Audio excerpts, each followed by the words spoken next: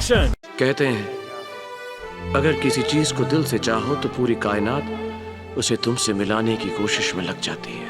Indian cinema के अंदर ये one of the most celebrated lines है, लेकिन इस एक लाइन ने न जाने कितने लोगों का टाइम एनर्जी वेस्ट किया है, इसका कोई हिसाब नहीं है। इस एक लाइन ने न जाने कितने फुकरे आशिकों को जन्म दिया है।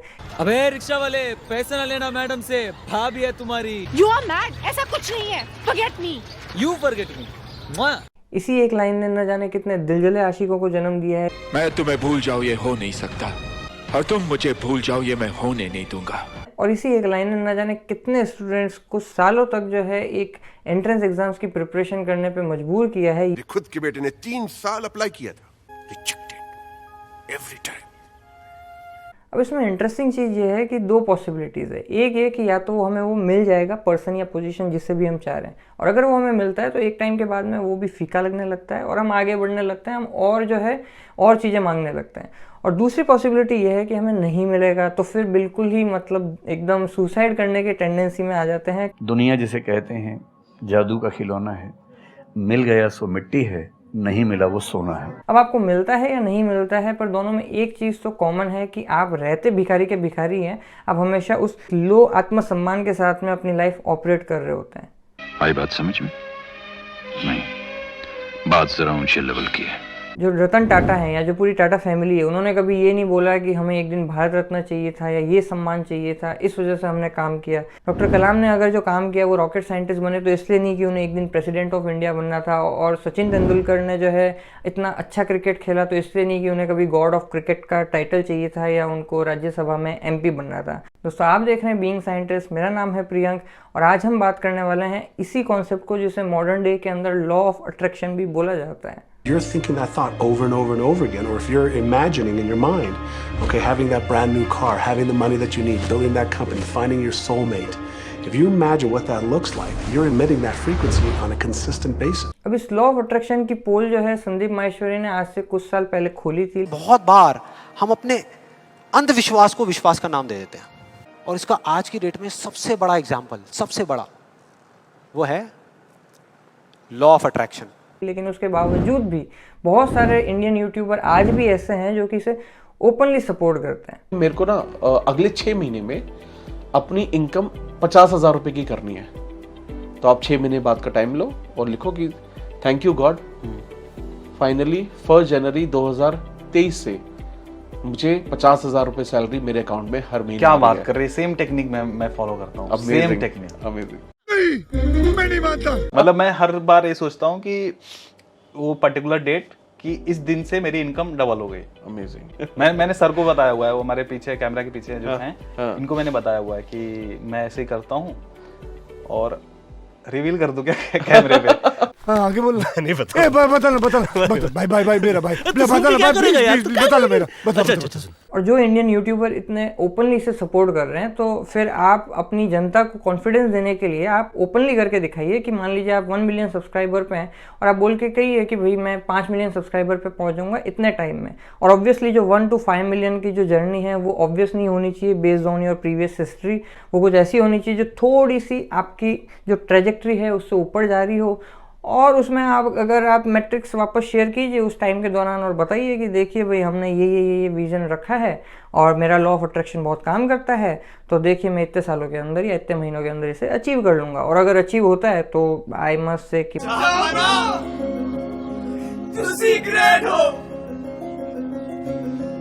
कबूल करो।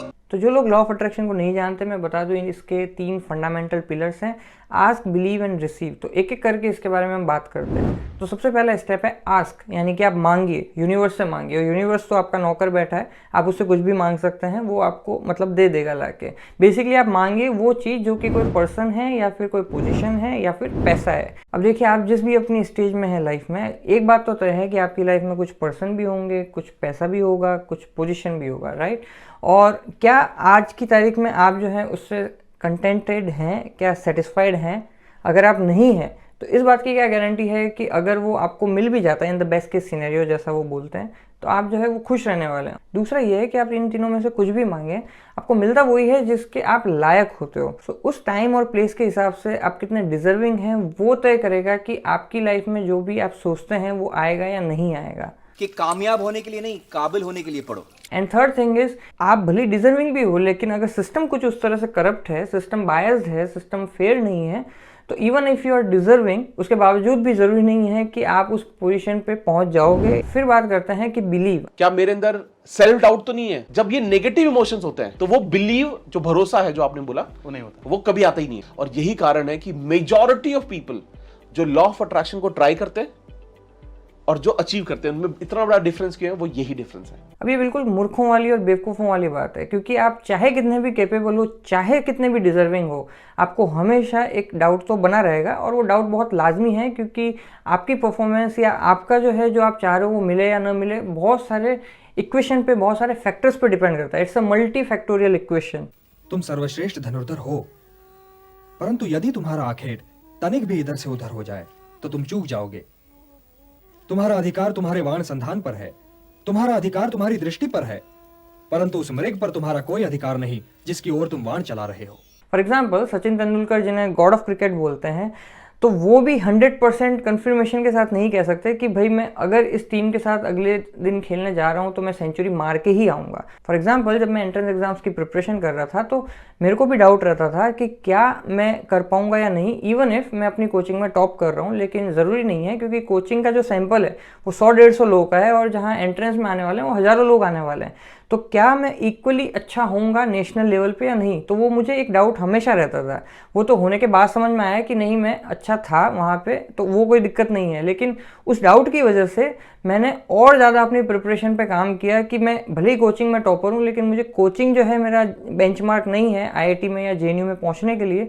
मुझे और अपने लेवल पे मेहनत करनी होगी ताकि मैं पूरे इंडिया के लेवल पे कॉम्पीट कर सकूँ। तो ये डाउट आना कोई गलत बात नहीं है, ये आपकी प्रिपरेशन जो है वो उल्टा स्ट्रॉन्ग करता है। एवरी डे 8 से 10 आवर में पढ़ाई करती हूँ, बट मुझे कभी कभी बहुत डिमोटिवेशन आ जाता है कि होगा नहीं होगा, क्या होगा पता नहीं। अगर कोई व्यक्ति आपको ये कहे कि मुझे डिमोटिवेशन कभी नहीं होता, तो उसको इलाज की जरूरत है, आपको जरूरत नहीं है। क्या मेरे अंदर सेल्फ डाउट तो नहीं है? ऑन द फ्लिप साइड, अगर आप किसी बिजनेस में या किसी प्रिपरेशन में काफ़ी टाइम से लगे हुए हो और अगर आपका जो है वो रिजल्ट्स नहीं आ रहे हैं, तो ये सेल्फ डाउट ही है जो आपको हो सकता है रीस्ट्रेटेजाइज करने में मदद करेगा।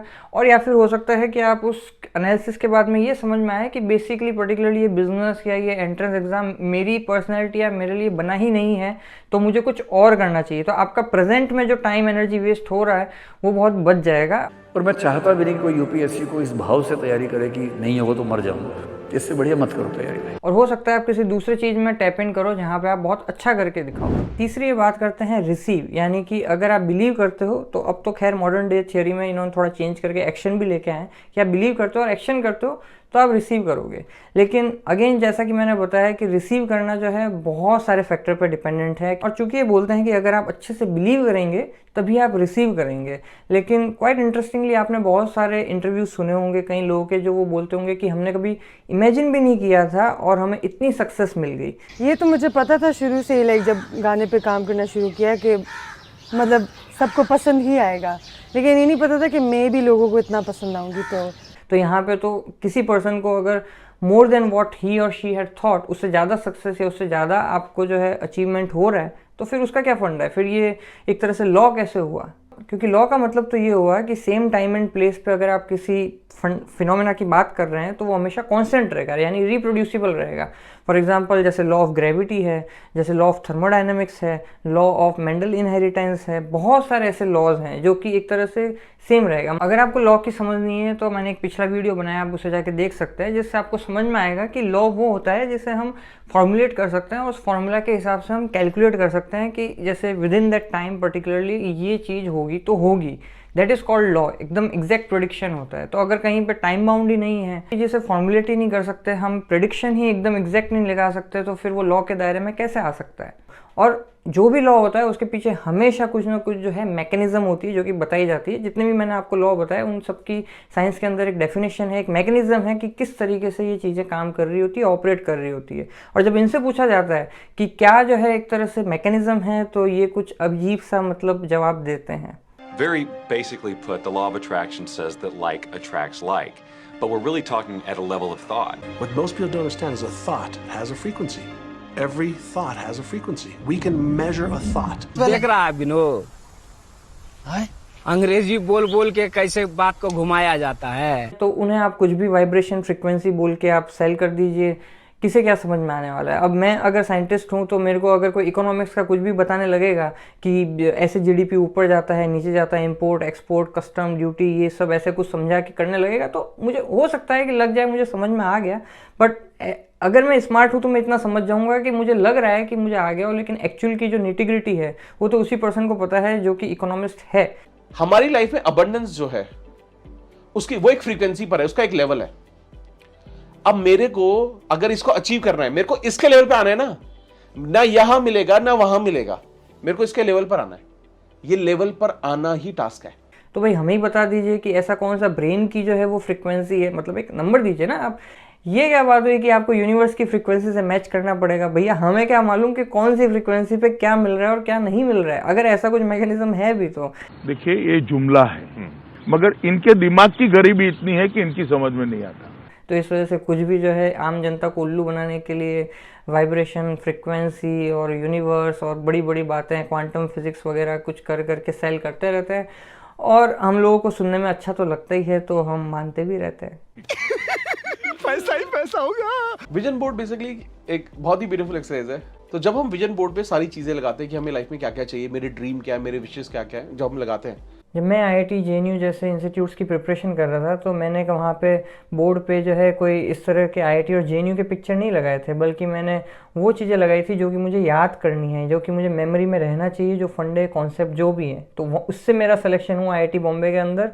IIT बॉम्बे की पिक्चर जो है विजन बोर्ड पर लगाने से नहीं। रही बात अगर आप अपने सपनों को, भले गाड़ी हो पर्सन हो जो भी हो, अगर आप अपने सामने रखने के विजन बोर्ड रख के और इसी तरह से अगर आपको मिल जाता है तो मल्टी लेवल मार्केटिंग या नेटवर्क मार्केटिंग के अंदर तो ये हर एक को सिखाया जाता है जो भी कर रहा होता है। और हमें भी पता है कि कितनी जो है परसेंटेज जो सक्सेस रेट है वो कितना वहाँ पे लो है। जोर जोर से बोल के लोगों को स्कीमें बता दे। लॉ ऑफ अट्रैक्शन के लिए और यूनिवर्स के लिए टाइम कुछ होता ही नहीं है। तो भैया जब कोई टाइम है ही नहीं तो फिर आप ये क्यों बोल रहे हो कि मैंने फोटो लगाया, फोटो चिपका के लगा दिया, उसके नीचे डेट कि मुझे वो कब तक चाहिए। लेकिन चूंकि कोई टाइमलाइन नहीं है तो बस आपको लगे रहना है, आपको बिलीव करना है कि मिलेगा मिलेगा, और आप मेहनत करते रहिए। और इसी वजह से मैंने अपने वीडियो की शुरुआत की थी कि लोग लगे रहते हैं महीनों तक, सालों तक, और इवेंचुअली उन्हें कितना फ्रस्ट्रेशन आता है। चल बस, रुलाएगा क्या? फाइनल बात करते हैं कि क्या तरीका क्या सही है। तो वो तरीका जो कि हमारी इंडियन फिलोसॉफी में बताया गया है, और इंडियन फिलोसॉफी क्या कहती है कि कर्म कर और फल की चिंता मत कर। कर्म के प्रतिफल की चेष्टा न करो, कर्म का परिणाम मनुष्य के वश में नहीं है। जो कर्म फल की इच्छा से मुक्त है वही ज्ञानी है, वही बुद्धिमान है और वही कर्मयोगी है। उसके लिए उसका कर्म ही कर्म फल भी है। कितनी ब्यूटीफुल फिलोसॉफी है। इसके अलावा बुद्धिज्म में भी यही बात बोली गई है कि desire is the root cause of all the suffering. इस दुख का कारण है वस्तु से स्वयं को पकड़ के रखना, जो वस्तु क्षण भंगुर है। तो ये फिलोसॉफी ऐसी है जो कि हमें एक्चुअल में अबंडेंस की तरफ भी ले जाती है और किंग साइज लाइफ की तरफ भी ले जाती है कि आपको भिखारी नहीं बनना पड़ेगा, बल्कि आपको राजा की तरह रहोगे। आपकी तरफ चीज़ें अपने आप चल के आएगी, चूँकि आप कर्म सही डायरेक्शन में कर रहे हो। आप कर्म अपने आप को बेहतर इंसान, बेहतर स्किल्ड, बेहतर हर तरह से बेहतर बनाने के लिए कर रहे हो। और ये इतनी सुंदर फिलोसॉफी है, हमने उसको छोड़ दिया और हमने पकड़ लिया लॉ ऑफ अट्रैक्शन। मतलब माय गॉड, पर्सनली मैं आपको क्लियर कर दूं कि मैंने अपनी लाइफ में जितने भी अचीवमेंट हैं मेरी, वो भले एंट्रेंस एग्ज़ाम हो या फिर कोई पेपर, पेटेंट, जो भी आप मुझे जितना भी जानते हैं, तो वो कोई भी जो है किसी भी लॉ ऑफ अट्रैक्शन की वजह से या किसी मेरी विशफुल थिंकिंग की वजह से नहीं था, बल्कि मेरा हमेशा फोकस टास्क एट हैंड पे होता है कि क्या क्या काम मुझे निपटाने हैं, और उसको लेके जो है मैं डेडलाइन डालता हूँ या टाइम डालता हूँ, मुझे इतने टाइम में इतना काम करना है। फॉर एग्जाम्पल ये जो वीडियो भी मैं बना रहा हूँ तो मेरा फोकस इस पर नहीं होता है कि इस वीडियो को इतने व्यूज़ चले ही जाएँ तो अच्छा है, नहीं तो मेरा वीडियो फेल है या ऐसा होना चाहिए वैसा। मेरा फोकस होता है अच्छे से अच्छा कंटेंट बनाने पे। मेरे लिए तो हर जो वीडियो है वो अपने आप में डायमंड है। आप लोग देखें या नहीं देखें, उससे उसका जो है वैल्यू कम नहीं हो जाता मेरी नज़र में। Having said all these things, मैं ये भी कहना चाहता हूँ कि सतीश के वीडियोस में वो जो बात बताई गई है उस पूरे वीडियो में एक जो ग्रेटिट्यूड वाली बात है और जो एक्शन लेने वाली बात है वो सच में बहुत अच्छी बताई गई है। उस चीज़ को मैं भी जो है सपोर्ट करता हूँ, पर बाकी की बातों के लिए जो मेरा क्रिटिसिज्म है वो मैंने आपको पॉइंट बाय पॉइंट रखा ही है। एंड एनीवे, सतीश के वीडियोज़ के जो चैनल पर बहुत सारे अच्छे जो है वो इंस्पिरेशनल वीडियोज़ वो डालते रहते हैं कि किस तरीके से कौन कौन लोग जो है कैसे कैसे इतना कमा पाए strategy, that is really commendable. I really support and appreciate that channel in that sense. अब इस पूरे वीडियो को समअप करना हो तो ये कहा जा सकता है कि एक वो रास्ता है जो आके आपको फ्रस्ट्रेशन की तरफ, एंग्जाइटी की तरफ ले जाएगा, भले ही आपको डिज़ायरेबल रिजल्ट मिलते हैं या नहीं मिलते हैं। लेकिन दूसरा वो रास्ता है जो कि आपको सेटिस्फेक्शन की तरफ, कंटेंटमेंट की तरफ, आत्मसंतुष्टि की तरफ ले जाएगा। एक रास्ता वो है जो कि आपको भिखारी बनने पे और डिज़ायर रखने पे और ज़्यादा से ज़्यादा मटेरियलिस्टिक डिज़ायर जिस पे आपका कंट्रोल नहीं है उसकी तरफ आगे बढ़ने को कहता है। और दूसरी तरफ वो रास्ता है जो कि आपको और डिज़र्विंग बनने पे और जो है अपने आप को कैपेबल बनाने में, आपको जो है किंग साइज जीने पे जो है वो सिखाता है, जिससे कि आपके पास में चीज़ें अपने आप, पैसा, शोहरत चल के आए। एक वो रास्ता है जो कि आपको ये बताता है कि उस डेस्टिनेशन के लिए आप आज काम करना शुरू करो, और दूसरा ये रास्ता है जो कि ये बताता है कि आप जर्नी इतनी ब्यूटीफुल आपकी होनी चाहिए, आपको जर्नी में इतना मज़ा आना चाहिए कि आप उसके लिए काम करो। डेस्टिनेशन तो हो सकता है कि जो आपको मिलना है मिलेगा ही, और हो सकता है जितनी आपकी उम्मीद हो भी रही हो तो उससे बहुत ज़्यादा हो सकता है सुंदर हो। इसलिए अगर कोई आपसे ठीक से बर्ताव ना करे, सीधा एक शेर सुना के आ जाना है, तू नहीं कोई और सही, कोई और नहीं कोई और सही, बहुत लंबी है ज़मीं, मिलेंगे लाख हंसी, इस जमाने में सनम तू अकेली तो नहीं। विद दिस नोट आज के लिए इतना ही, फिर आपसे मुलाकात होगी। जय विज्ञान।